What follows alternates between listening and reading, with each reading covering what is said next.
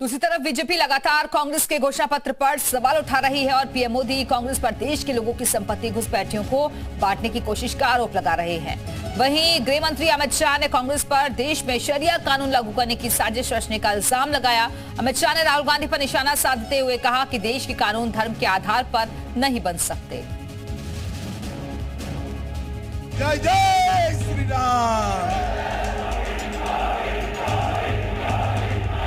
जब उनकी सरकार थी उन्होंने कहा था कि देश की संपत्ति पर पहला अधिकार मुसलमानों का है।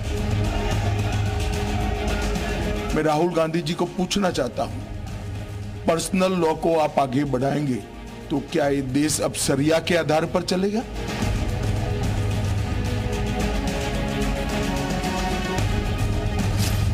चौबीस की चुनावी महाभारत INDIA पर नई ऑफर।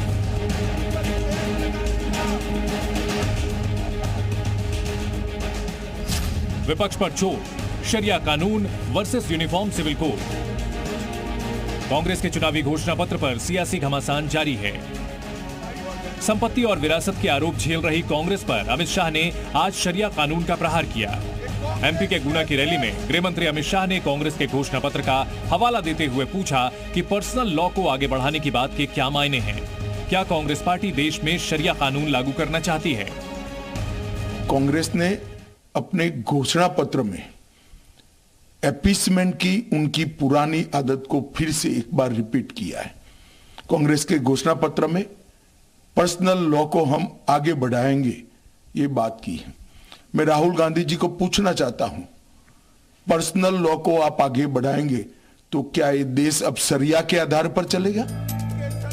गृह मंत्री अमित शाह ने एक बार फिर देश भर में UCC लागू करने का जिक्र छेड़ते हुए कहा कि हिंदुस्तान शरिया कानून से नहीं बल्कि UCC से चलेगा। वहीं अमित शाह के बयान पर कांग्रेस की प्रवक्ता सुप्रिया श्रीनेत ने पलटवार किया और बीजेपी पर देश को बांटने का आरोप लगाया।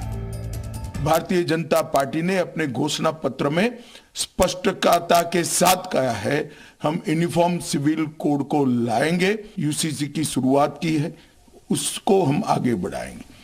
राहुल गांधी जी पर्सनल लॉ की बात करते हैं, वो देश को खंड खंड तोड़ने की बात है।